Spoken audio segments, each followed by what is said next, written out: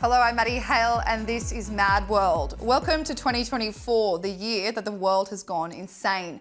2 billion people go to vote, the US puts itself on the brink of another civil war, and we all watch it through our phones, that is until TikTok gets banned for good. This week, does America have a president who cannot read? Is Canada's Prime Minister turning into a dictator? And why have eco-warriors Harry and Meghan travelled nearly 3,000 miles in a private jet to watch a film? To make sense of all this, I'll be joined throughout the show by the Telegraph's Madeline Grant and former government advisor James Price. Thanks for joining me today, guys. Thanks for having us. Now, first up, a teleprompter nightmare for Joe Biden at a campaign event in Wisconsin. We get look. We now have. We used to, before the recession, before the pandemic. The beer brewed here, it is used to make the brew beer in this refiner. Oh, Earth Rider, thanks for the Great Lakes. I wonder why it's called. Tammy Baldwin of Wisconsin. Tammy's the one. And Amy Klobuchar and Tina Smith from the state of Minnesota.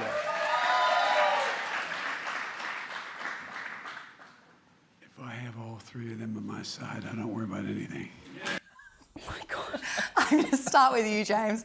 We need to remember this guy's running for 4 more years. Is this just a common occurrence now with Joe Biden? He just cannot read the teleprompter. It's extraordinary, isn't it? I mean, I suppose to some extent this is priced in with voters.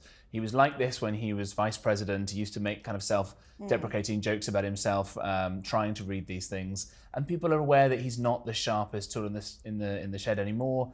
I suppose that it's all factored in. When you look at how bombastic Trump is, he's sort of so far the other way, going off script, and no one knows what he's going to say next. Yeah. Even if you can't understand what Biden's saying. It is a stark contrast. It's extraordinary. It's almost like reading a kind of James Joyce novel, right? Yeah. And he's sort of making those kind of weird noises where a coffee is boiled or something. It's bizarre. It's like he's been fast-forwarded. The tape has been fast-forwarded. But also, in the last clip we saw, right, he's been doing this thing where he makes the point, he might get angry, so he starts shouting, but then he starts whispering into the microphone. And that's when people start going, hang on, what is going on with this guy? What are we doing here? If you're being conspiratorial, it's almost like that he's sort of given some kind of pick-me-up, right? Maybe let's just call it a Barocca, to kind of get out there and go, okay, yeah, I'm up for it now, I'm up for this fight or anything, before he kind of slips back into this slightly diminished mental acuity role that he's probably got the rest of the time. But it is actually nuts because I think in some ways the fact that Joe Biden does have this real problem with like the most basic eloquence that you would expect from a politician has actually, I think, oddly cemented his position as being the Democratic nominee, because basically the big dogs at the DNC said, we don't want there to be public debates between different Democratic contenders because Joe Biden will look utterly ridiculous. So they've basically put the brakes on having any kind of public debate, and they've gone instead for the full-scale coronation of Joe Biden. Well, you kind of wonder, and we spoke about this last week on the show, but you do wonder what will happen when it does come down to a Trump-Biden debate. How is that going to happen? What are these two going to even speak about? Well, I think that it will probably be Trump doing what he does very well, being mean and cruel and making great political capital out of Biden's inability to speak.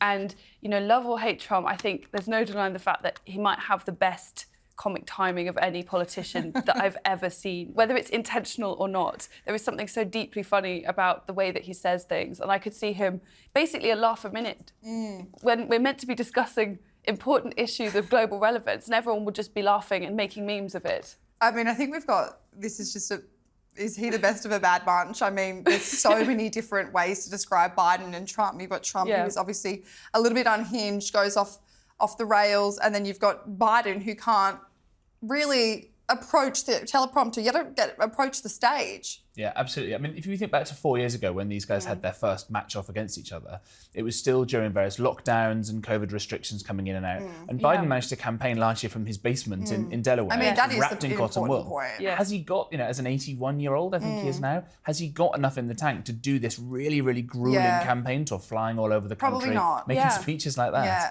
And it really is a serious question because, should he be president once again, and if his health were to decline and deteriorate such that he could no longer govern, suddenly we'd have Kamala Harris as the president of the United States, someone who also can't string a sentence together but has nothing like Joe Biden's excuse. So it's basically terrible options all round.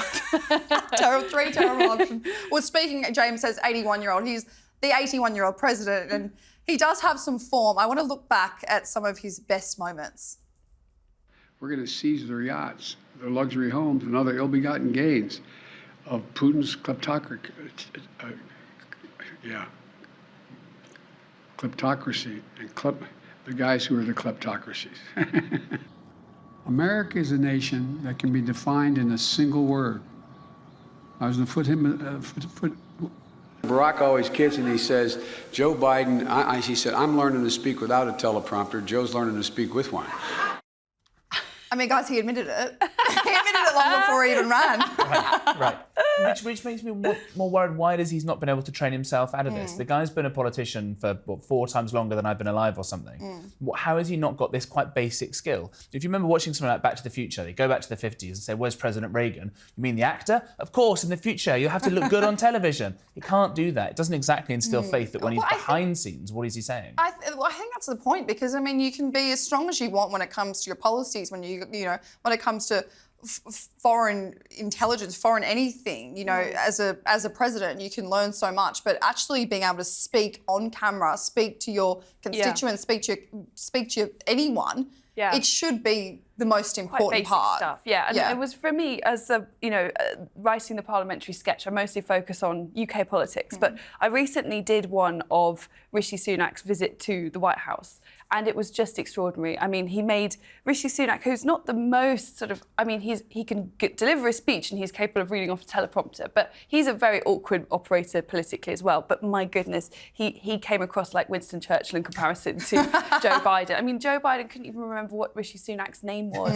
He was referred to as Rashid Sunak. Yes, and then he called my Prime Minister the guy from Down Under. Oh, yeah. Exactly. We've all been very insulted by this. Yeah. He had to have these little cue cards just for essentially a sit-down discussion, much like we're having right now, which ought not to be that difficult. So clearly the problem isn't just the teleprompter. Yeah, Maddie made this great point about the kind of bigwigs in the Democratic Party behind the scenes who are sort of setting this up so there is a coronation, all the rest of it. I've had a meeting or two in the White House when I was in government with some of these guys behind the scenes. And you think, well, maybe these are the people who are actually running America now. If this guy is just the kind of figurehead or the puppet masters. Well, all these talks about his, behind the teleprompters and his kind of actual cognitive decline. I do think that's something, whether it's in America, Australia, here in Britain, if a Prime Minister or a President was suffering things like that, public definitely deserve to know. They do. We can't have like a Potemkin president, basically. You've got to, at the very least, there's got to be some kind of democratic accountability. But at every term, the Democrat Party, ironically, have been the ones who are most involved in this cover-up and this coronation. It has, and that is obviously one of Trump's biggest kind of political goes at. But I want to bring this grab up because with the Republican nomination all sewn up for Trump, he's already turning fire on Biden. When I imitate Biden, you can't find his way off a stage. You can't put 2 sentences together, right? Can't put 2 sentences together. Here's a teleprompter. He doesn't know where the hell the teleprompter's there. And the nice part about me, I only use the teleprompter. I think they say it averages about 9%. Wouldn't it be nice if you had a guy that didn't really need the teleprompter? Isn't that nice, though? Isn't that nice?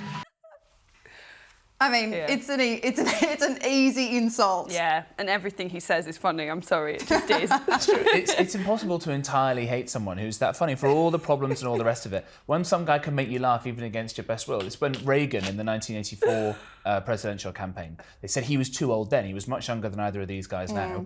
And it's when you want to talk about age. He says, yeah, absolutely. I won't yet let my opponent's youth and inexperience become an issue in this campaign. And when even the guy on the stage next to him starts laughing, that's why he won, 49 of the We need a healthy middle. We need a healthy middle. And actually, one thing we didn't touch on, I know that we're moving on to a different topic, but I also think it's shameful that there was such a conspiracy of silence amongst journalists and reporters to discuss this about Biden's condition, because now it's become so apparent that it can no longer be ignored. But for a very long time, it was almost, I felt that there was a sort of omerta in which journalists agreed not to even mention this stuff and leave it to social media. 100%. Only very few media were covering this, and it's only going to get worse, as we can see. We're going to head to Canada now. He's been the Canadian PM for nearly 9 years, and now the country wants to get rid of him. He's even been accused of becoming a dictator. Justin Trudeau is in hot water after a federal judge ruled that his use of the Emergencies Act in February 2022 to quell a peaceful protest and then to seize bank accounts of his political enemies was ruled unconstitutional. Even at the time the decision was contentious, it's only been used in extreme cases of public anarchy. As you can imagine, there has been quite the uproar throughout Canada. Mr. Trudeau, the federal court has ruled that the Emergencies Act was unconstitutional. Would you resign or apologize to Canadians for violating their rights? Guys, at the time, I know that you are across this story, obviously February 2 years ago. This was a huge truckie protest happening in Canada, went on for a month in Ottawa. What did you make of this use of Emergencies Act being instated? I'll start with you, Maddie. Yeah, well, I think that as with so many reactions to the COVID pandemic, that it was terrifying to me how very quickly and easily so many politicians around the world reach for the most extreme measures. And in Trudeau's case, it was invoking these emergency powers. And the protests had erupted because the truckers were, many displeased about the idea of vaccine mandates, which was, again, another thing that was deeply, deeply illiberal. And I really felt a strong sense of, I suppose, despair, because although I think Trudeau went above and beyond the call of duty and being, like, aggressively authoritarian, it felt like a more extreme version of what we were experiencing here in the UK. And no one seemed to call it out. No. You know, at the time, it felt like very few people were calling it out.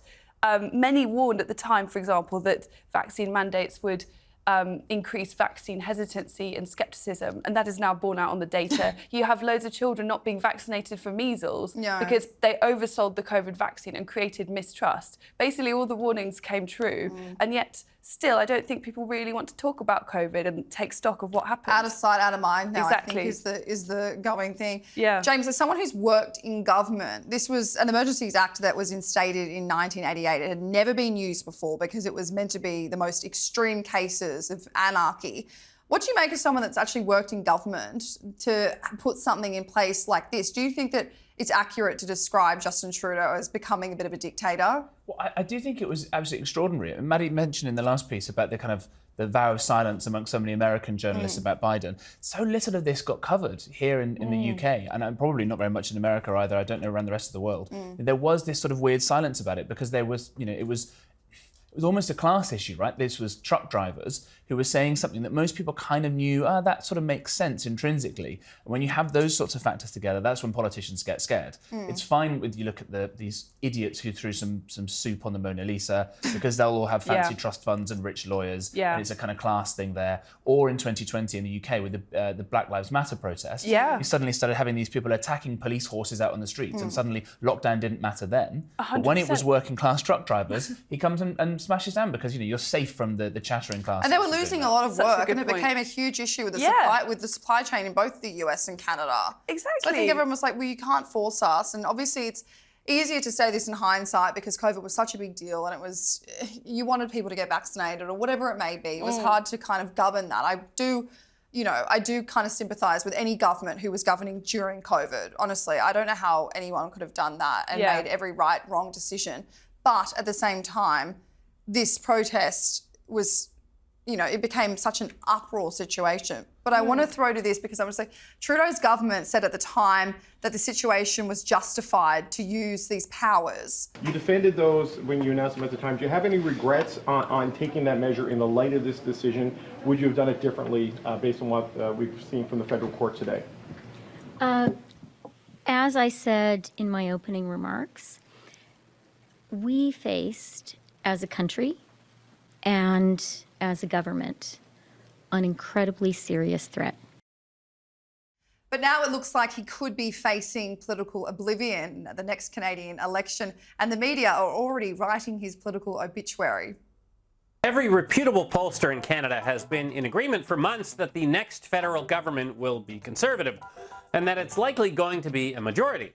That's typical after 3 terms of a Liberal government, but where this is getting weird is that there doesn't appear to be a floor for Justin Trudeau's unpopularity. Pierre Poilievre won't just become Prime Minister, he'll really become Prime Minister, as in he could win one of the greatest landslides in more than a generation.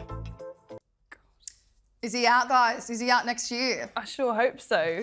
I mean, Pierre Poilievre is amazing, and he gives me hope. In this country, the Conservative government has failed on so many basic metrics. It has absolutely nothing to say, for example, about the housing crisis. But in Canada, Puer Poilievre, he gives this extraordinarily positive and optimistic vision of conservatism, which is so depressing when compared against politics in the UK. And obviously he's helped by Trudeau having massively over-egged the pudding when it came to the pandemic and the authoritarianism, etc. But I also think Puer Poilievre has done an extraordinary job of leading that party. It does seem that for so long, I think that people looked at Trudeau as this really good-looking Liberal leader that could bring people together. Maybe maybe the Canadians' version of New Zealand's former Prime Minister Jacinda. But it does seem that you look at him on surface thinking that he is just this good-looking guy that can work the room, a bit of a Gavin Newsom in California in that regard. But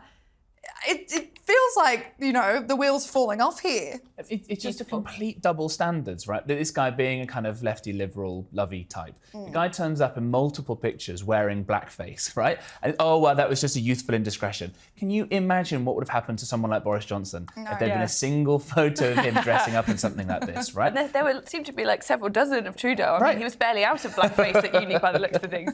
And some of it happened when he was actually a professor, I think, or a senior, like a PhD student. So not a kind of 19-year-old undergraduate, but definitely too old to be in blackface. Yeah, absolutely. And it just shows that not learning lessons of these things, right? Again, in the UK, it was difficult inside government to know how you do these things. It was difficult at the very start. Everyone was scared. We didn't know how fatal that the virus would be for lots of people, all the rest of it. Look at our stupid COVID inquiry now that's focusing on mean words people were texting each other rather than the actual lessons being learned. Right? Truck driving, it's a real job. Stuff's got to get from A to B. Yeah. Whether you're a civil servant or in the UK or one of Justin Trudeau's apparatchiks, you can just like stay in your nice big sort of state subsidised house somewhere and do Zoom calls and not have to come back into the office, and the real world doesn't really affect you. No. That's why COVID didn't matter so much for them, but for the truck drivers, they were totally justified, and hopefully they vote Trudeau out as well. Over to Hollywood now. Oscar nominations are out and not everyone is happy.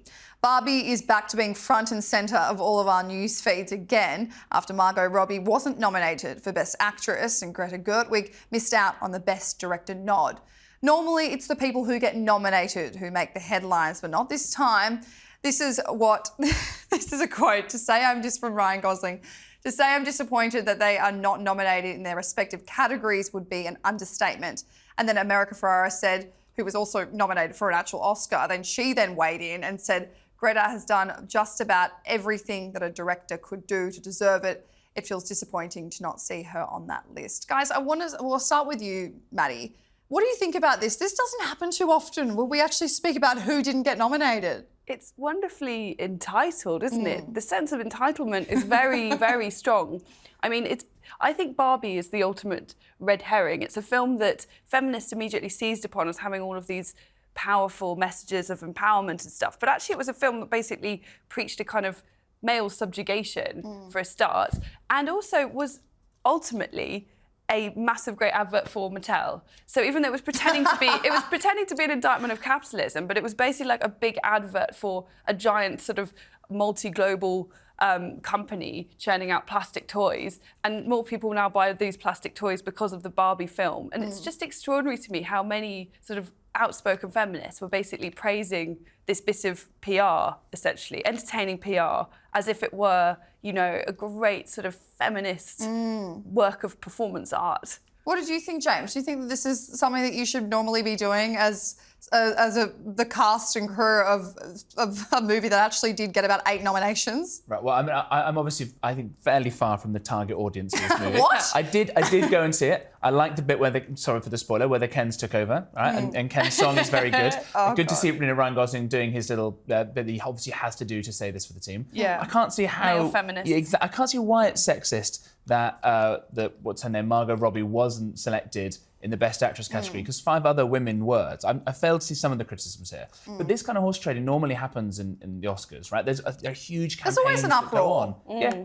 And because, you know, it's not that exciting anymore to have all these people who come along and they say all the right things they're supposed to say and have all the right think opinions, and they're so divorced from the rest of the world. I think it's good that they're feeling a bit... Well, I want to show you guys someone who did come out of the woodworks about this. The Barbie cast have picked up some high-profile support with a former Democratic nominee, Hillary Clinton, telling Margot and co, "You are enough." Now, did we expect Hillary Clinton to be posting this. Oh well, that's a real kiss of death for the campaign, isn't it? If crooked Hillary, no, I'm joking.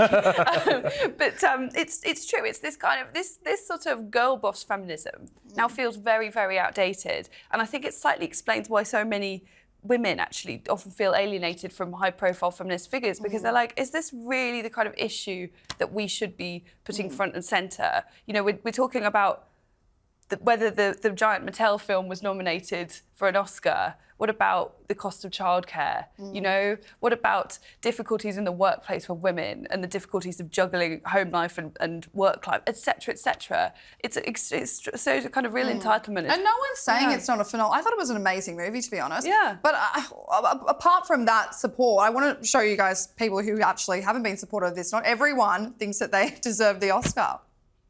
You have to keep in mind, not everybody gets a prize, and it is subjective. Movies are subjective. The movies you love may not be loved by the people who are voting. But they're not snubs, and that's what I want to sort of point out. And it's not the elites, it's the entire family of the Academy Awards who vote for Best Picture nominations. What do you guys make of that? We've got Whoopi Goldberg being... Movies are subjective. I don't think anyone can disagree with that. But then you had conservative commentator Candace Owens tweeting, "This is literally why everybody hates feminism. A bunch of hyper-privileged woke women are crying because a woman who played Barbie isn't being considered for Best Actress in an Oscars category. This is the feminist flight today." Do we agree? This is anti-feminism. Well, I think, thank God, there's nothing major that's going on in the world at the moment. Right? There's no warfare, no bloodshed, no economic turmoil. Thank God that we can talk about a kids' film about toys, as Maddie says. You know what? There are sometimes snubs. You know, it's a travesty that Brokeback Mountain didn't win, and they gave it to Crash, which is a very mediocre film that no one really talks about nowadays. I don't think this is even close to being in that category. No, I think you're right. I think it just had such extraordinary PR around it. It did. There was this extraordinary hype, like a summer blockbuster. I haven't remembered. It was like I could just about remember when films like Jurassic Park were coming out. It was sort of in that neck of the woods in terms of the PR, and I think it just felt like this unstoppable force. That's the award that it deserves. Yes. Guys, we're going to move over because we're going to go to Jamaica now. We haven't seen much of climate activists Harry and Meghan in the public eye as of late, so it was strange to see them hop on a private jet from Montecito to Jamaica, a 2,800-mile journey to attend the premiere of the Bob Marley film. Now, this was Harry talking about private jets in 2019. He said, "Occasionally, there needs to be an opportunity to fly on private planes based on a unique circumstance to ensure that my family is safe. It's as simple as that." Now, what do we think about that? Is this one of those rare circumstances where they need to be going on a private plane? Well, I mean, given how much California is crime-ridden, maybe it was like getting the last chopper out of Saigon, and he had to get that private plane to get it to the safety of Jamaica. Yeah, exactly. We haven't seen them. I read this article in The Hill last week about this. I thought it was such a funny piece. It says they chose the exact right moment to go back into the spotlight because you had Kate recovering from her surgery, Charles in a hospital out recovering as well, Will taking care of the kids. This was their time. All cameras on us. Yeah. And, what is also remarkable is just, I think, the sheer obsession with privacy and security. There is, the heir to the throne and his children will frequently take ordinary flights. They might just sit in first class of a regular flight, and they do this quite routinely. It seems like almost a bit of sort of paranoia creeping in. But do you guys think it's hypocrisy if there's this emphasis on environmentalism and climate change and everything, and then you've had these two now not royals catching private planes? Well, they once tried to argue that actually it was different because when Elton John took them in his, they said, "Oh, we paid for offsetting, so we paid to plant a bunch of trees," which is again another form of extraordinary classism. I don't know if it's tit for tat, but it's crazy. They're setting up essentially a kind of two-tier system where the really rich people who can afford to pay for the requisite number of trees to offset their private jets are allowed to do that, and the rest of us plebs who probably couldn't afford those tariffs we have to stay grounded, basically. Rest of the plebs. Yeah. And it threads all these things together, right? Whether it's Trump and why anybody would ever want to vote for Trump, whether it's why these truckers wanted to not lose their entire livelihoods, whether it's being told you have to like this film, not because it's good, but because it's politically correct, or whether it's Harry and Meghan getting to do this, whereas Maddie says the rest of us plebs stay on the ground and eat grubs, right? And the kind of all that sort of nonsense. The Economist wants you to eat bugs to sort of help the environment and all these things. Well, this lot get to swan around on private jets. See why people are angry with them. Now, this is particularly puzzling as normal members of the public only have a couple of weeks until release. In fact, here are the showings on release day in Montecito. There are 24 of them across 6 cinemas. What do we think about this guy? They could have gone to any of these showings, but they hopped on the plane and they went to the premiere in Jamaica. It'll be like that bit in South Park when they wander around Harry and Meghan with their little placards saying we want privacy. They'd sit there in the front row and they'd get in the way of everybody else watching it. Yeah, well, maybe James is right. I think the point about LA being crime-ridden, I think it was pure the safety of his family was at stake. I don't even know if Archie and Lily were there. Oh, they should have doubt it. Let them at home. Oh, God. Well, I mean, this is just such a funny topic because they have travelled so far to get to... And to get to a premiere, I think it has to be noted that a premiere it's a red carpet event. It's a big thing. It's not like you're hidden away. They're getting dolled up to go and show them, hey, guys, we're still here, by the way. Yeah. I just think they could have just stayed here with all the palaces and had the public love them. But instead, they thought they were smarter than all the whole, thousands of years of monarchy that we've had and all the rest of it. And now what are they doing? Shoving around for a movie that's probably not going to be that great to try and get some scintilla of attention. I almost feel sorry for them. Almost. You know what? I think apart from a very hardcore rump of pro-Meghan and Harry fans, often people that really didn't like the monarchy long before this ever happened, most people in Britain, I think, have lost much sympathy for them. And I'm quite frankly a bit bored of hearing about them. This kind of, even though this is intensely hypocritical, obviously, as everything they do is, it hasn't made the kind of headlines that it might have made a few years ago. I think people are just a bit fatigued by Meghan and Harry. They're sick of it. Yeah. And so are we. Although it is funny to talk about it. It is. I mean, we'll have to do it every week. That's all from us on Mad World this week. Thanks to Madeline and James, and thank you for watching. And don't forget to like, share, and subscribe.